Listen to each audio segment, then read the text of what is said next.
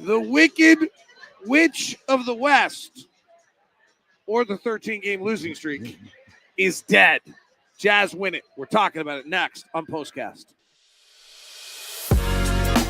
You are Locked On Jazz, your daily podcast on the Utah Jazz.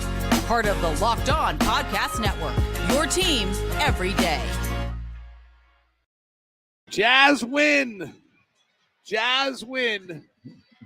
Jazz win. 124-121. The Jazz beat the Houston Rockets tonight to get their first win in 13 outings. They end the 13-game losing streak tonight, and they do it in a balanced effort, and they do it with just really high-level effort tonight would be the story to me, Ron. Yeah, and I'm really impressed with the first quarter. No, even though they are outscored by 10 in that quarter, I was really impressed with, the things that they were getting done, especially with Luka, the way he started the ball game off and playing very, very well.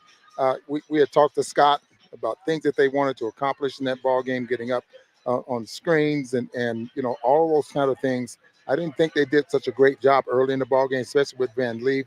But for the most part, they end up winning. VanVleet goes on a barrage for 20 points in that first quarter. He doesn't score in the second. He gets on another barrage. He scores 42 on the night with a lot of free throws, but he misses his final 9 shots tonight. And frankly, he goes 12 of 30 from the field. He only, I think, had one more 3 after the first or second quarter of the ball game. So the Jazz really made him work. And then I thought the thing they started to do is make him work on both ends of the floor. That sometimes when a guy's hot offensively, what you got to do is make him play defense, and they made him do that tonight. Exactly. You can see they started to use Luka Samanic on with VanVleet, switching and then trying to take advantage of that, which really makes a big difference, I think, David, when guys are hot and they're scoring and they're in a rhythm. You kind of take them out of that rhythm by making them play some defense. And I don't know if he was tired in that fourth quarter, but, a lot of those shots, they wasn't close. He played 40 minutes, so he may have been tired. He had a lot of effort there. Jalen Green did not give them much tonight, played 18 minutes, but 1 of 7. Really was not tied in. Dylan Brooks bombed 10 shots in the fourth quarter. He made 2 of them.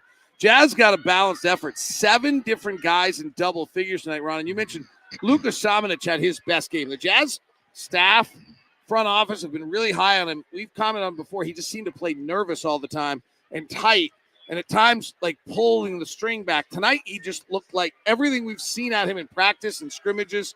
That's what he looked like, that player tonight. Yeah, he just needed to slow down, I think. And you get a guy out there that doesn't get much playing time. They're trying to play their game, but they're also trying to play careful and not make any mistakes.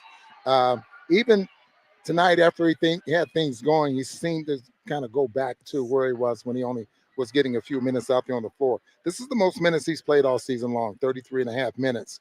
And, with 22 points, his old season high was like 15. Got that early in the year. Got to the point where he wasn't getting off the bench hardly at all. And I would imagine going forward, he's going to be pretty comfortable.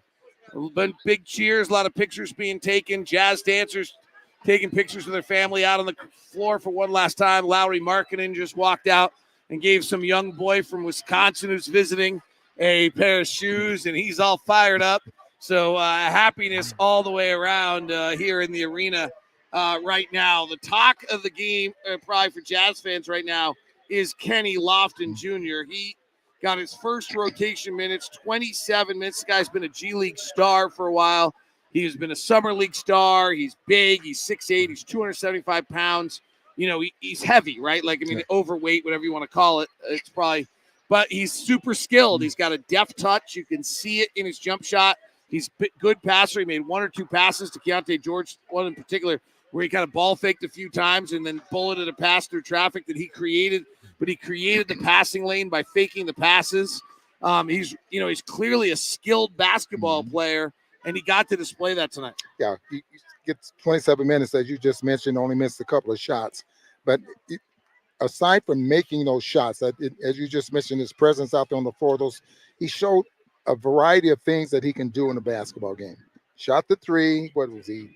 2 for 3 from the 3-point line. He had some muscle plays, and you just mentioned some of the passes that he had there as well. Very skillful. And if you don't like his size, then that's what probably hurts him more than anything. Yeah, I mean, the word on him has been over the years that defensively he's not a big enough guy to be a center at 6'8", and so he ends up having to switch on wings and at 6'8" by playing that, and then that gets really difficult for him to be able to stay on the floor defensively. Let's hope he can continue to learn and see that. I think the big thing with him, can he become 15-minute game for a basketball team? And that's hard. Like, that's actually a very different skill set than what we saw tonight, because tonight we kind of ran through him and used him a lot, and he was but he played probably played. I don't have the fourth quarter numbers. I think he might have played all 12 minutes of the fourth quarter. There they are. Tonight. There they are. And so it is actually a very different thing for him. Like, if he's playing on a team that has Colin Sexton, Lowry Markkanen, John Collins, Walker Kessler, like how he finds his minutes. But this has to be a great thrill for him. He's been bouncing around trying to find a gig, having a great G League run. I think he might have been G League MVP, or at least G League All-Star. And now to finally get this opportunity, it is kind of awesome. I talked about this on my regular podcast. Like, these guys are playing for their lives. Darius Bazlee's playing for his life right now. And you could tell tonight there were guys out there on the floor playing for their lives tonight. That one play, not the one play, but that one segment of out there where those hustle plays ended up getting a bucket. What was it? I think Šamanić ended up with it by the end. Yes, and 4 or 5 hustle plays in one setting. And you could just tell everyone was trying to make sure that. And there were a few of those tonight. There were a few 2 or 3 opportunities. We didn't always convert on it, but there were 2 or 3 of them. Tonight, the question I would have on this is, did the play by the Jazz tire the Rockets out? They missed 20 of their final 24 shots, I think it was, maybe 19 of their final 23, one of the two. There's a little question whether one shot late counted or not. But was that the Jazz tiring the Rockets out? Well, that they played so hard all night. Early in the game, frankly, they didn't. We were lamenting that the Rockets were getting rhythm threes time and time and time again. And they ended up shooting 21 of 47 from 3. So it's not like they suddenly got too cold. But it did feel as though that those rhythm shots were gone and that they were not – they looked tired. If you're going to have an advantage, and you have an advantage, I think the Denver Nuggets and the Utah Jazz do have that advantage as far as altitude. You try to take advantage of it. And if teams run out of gas in the fourth quarter, you keep pounding away, and you end up with a team that shoots, what do they shoot in the fourth quarter? 6 for 29 for 21%. So right, that's the way it goes. Take advantage of it. So when you look at this one tonight, the one thing I think it's got to be mentioned is the sold-out crowd. Yes. It was actually it was funny, I'll be admitted, it was a late arriving crowd tonight. It felt like, and I was nervous, like walking around the arena, there just weren't many people here. And I was like, oh no, is this like the night where the Jazz fans, like on fan appreciation for the first time ever, like don't show? Exact opposite. Sold out. Everyone's in the house at the end. Ray Acosta gave a review that they didn't like the official. They booed him down so you couldn't hear him talk. I mean, if we're going to do fan appreciation night, you and I got to take a moment. It is so great to be the play-by-play analyst for this team in this city where people care this much. And on a night like tonight, 13-game losing, like everyone in the building knew they'd lost 13 straight. Everybody knew the meaning. You could feel it of how badly they wanted to win for the players. Well, and no other franchise in the league can match this franchise as far as fans are concerned, and the way they come out and pull for their team. Well, Ron and I will head to L.A. tonight, and we will head to Oakland or San Francisco on Sunday. But just from being in this arena, got to comment. It's always such a gift to be here, see everyone, get the hellos, all that stuff. It's for me, it's been 15 years. For Ron, it's been 50. And it's just it's an honor and a pleasure to be in this arena with you guys, calling the game and interacting and seeing your excitement and your passion. Truly greatly appreciate that. So thank you very much. Who are you starring up tonight, Rob? Luka and Lofton. I think probably an easy choice here tonight. Both of those guys play very, very well. And the minutes that they gave while they were out there on the floor were valuable minutes. 22 points, 6 rebounds, 2 assists for Luka Šamanić.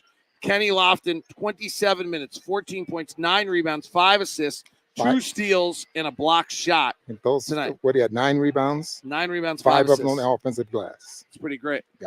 All right, Jazz and the Clippers tomorrow night. We'll be back with you for POSTCAST. Thank you to everybody. Kenny Lofton and Luka Šamanić, get those stars.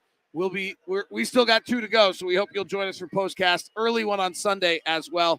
And greatly appreciate you guys, all of you. Our chat room is kind of the regulars. You guys are part of the family. We super appreciate you, but all here in the arena, wonderful as well. Thank you very much, Jazz fans. We'll be back with you tomorrow night after the Jazz and the Clippers. And we now send you to the first ever 24/7 national sports stream. It's Locked On Sports Today. Check it out. Make the switch to Locked On Sports Today on YouTube or on Amazon Fire TV. If you're on audio, check it out. Those two places.